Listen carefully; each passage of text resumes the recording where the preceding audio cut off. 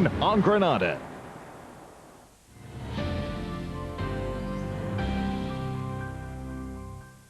Now the national headlines from ITN with Carol Barnes.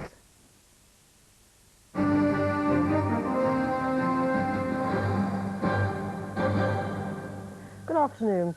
The Conservative leader William Hague has launched a stinging attack on the government for what he called its shabby behaviour after the death of Princess Diana. He accused Labour of trying to gain political advantage with its handling of the tragedy. The government described his comments as sad and unfortunate. John Draper reports. As visitors at Buckingham Palace this morning were looking at flowers laid for the princess, there was a political row, with the Tories accusing Labour officials of claiming that the Prime Minister took over the lead role in organising the funeral. The leaking of confidential advice given to the royal family, the apparent briefings to the press, that advice was given to the royal family that puts the government in a good light and the royal family in a bad light. Now that's shabby politics and it's bad government. But Mr Blair's colleagues are defending the way he acted following the princess's death, saying the Prime Minister spoke for the nation and sought to unite and heal. It's understood criticism of the Queen, reflected in a batch of opinion polls today, is worrying Downing Street. An NOP poll found that 7 out of 10 people interviewed believed she was out of touch. Nearly a quarter want her to step down now. Contacts between Buckingham Palace and Downing Street are a regular feature of political life, regardless of who's in power. In the wake of the princess's death, Mr Blair's aim will be to use that channel of communication to strengthen the monarchy and keep it in touch with what modern Britain is thinking. John Draper, ITN, Buckingham Palace. Greenham Common Peace Campaign has celebrated a final victory today as the fencing around the former American airbase was pulled down. The site was once the scene of bitter clashes with anti-nuclear protesters. Now it's being returned to common land. Neil Connery reports from Greenham Common. For more than a decade, it was the focus of protests against the arrival of American cruise missiles on British soil. Once, thousands of women tried to cut their way through this fence at Greenham Common. Today, their target was finally conquered. 1, 2, 3!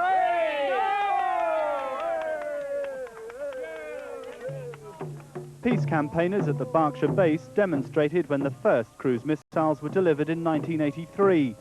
Many tried to block the operation, determined to swing public opinion. Jean Kay spent weeks on end camped at Greenham. She believes the protests were worthwhile. Absolutely vital. I really don't think that many people would have heard of cruise missiles without the protests. The missiles were removed 5 years ago when the American Air Force left. The site is now common land again. We've now finally got it back. It's no less than is our due, and we're going to use it and make good use of it for the near future. Where police and protesters once clashed, families have returned. A struggle against nuclear weapons, now a history lesson for a younger generation. Neil Connery, ITN, Greenham Common.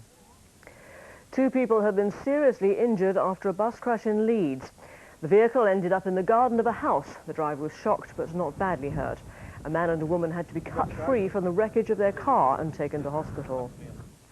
Sinn Féin's chief negotiator Martin McGuinness urged the Ulster Unionists today to move forward and join in tomorrow's peace talks. Their leader David Trimble said he was still cautiously exploring their options. From Belfast, Ivan Little reports. Just as on every Sunday since the Troubles started, they were going to church across Northern Ireland today to pray for peace. But at this Protestant church in Belfast, they were also praying for the politicians and tomorrow's peace talks. Our prayer has been that all will talk, and that they will not only talk, but that they will listen to each other. Unionists, however, are still refusing to confirm that they will go to the talks. We do want to make sure that the voice of people of Northern Ireland is heard properly and accorded the respect that it deserves. And it's not much point entering a process where people listen to you and then go on and try to impose an arrangement designed to appease terrorists. But Sinn Féin say they're optimistic about unionist involvement. I really do believe now that there are many people within the Ulster Unionist Party, including Mr Trimble, who recognise that it is now time to move forward decisively into a dynamic process of peace negotiations. With the stage now set at Stormont, the government repeated it was vitally important for all parties to be there tomorrow. Ivan Little, ITN, Belfast. 2 Israeli soldiers were killed early this morning in an explosion set off by Hezbollah guerrillas in South Lebanon. The men were rushed to hospital by helicopter. A third soldier was slightly wounded. The attack came in retaliation for the killing of the son of a militant leader on Friday. Finally, a 14-year-old boy may have solved a computer problem that stumped experts around the world. Nicholas Johnson from New Zealand says he's cracked the so-called millennium bug, which threatened to freeze computers in the year 2000. Sue Turton reports. A solution to the worldwide computer crash of the next century may have baffled the experts, but for one New Zealand schoolboy, it's just another brain teaser. This 14-year-old was born with a quizzical mind. Problem solving's interested me ever since I was a kid. My mum says I used to lie in the pram tracing the electrical wires on the ceiling.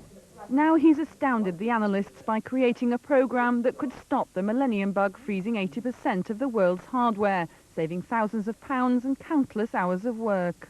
I think Nick has come up with something very, very clever. I've not seen anything like this yet. There's a couple of attempts I've seen on the internet so far, but none of them solve the problems that Nick has done. Nicholas has applied for a patent. Until it's approved, access to this program is denied. Sue Turton, ITN. And that's the news so far today. I'll be back with the latest at 7:15.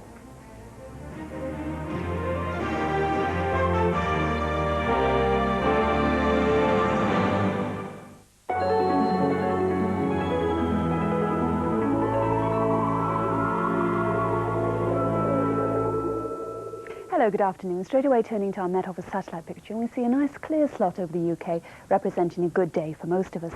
But a swathe of cloud over the northwest there, and that's a storm brewing up, with gales and rain coming into northern parts tonight. But now back to today, and it's a pleasant day for the most part, a good deal of sunshine lasting throughout the day in the south, thicker cloud further north, and a scattering of showers over Northern Ireland, Scotland and down into the north of England, and that thickening cloud in the northwestern corner later as that depression deepens. So it's a windy old day here too, but lighter winds further south with a pleasant high of 19 or 66. Quick look at tonight, and the gales and the rain steaming across Scotland. From the south of Scotland southwards, clear skies with touches of ground frost. Power gen, generating electricity whatever the weather.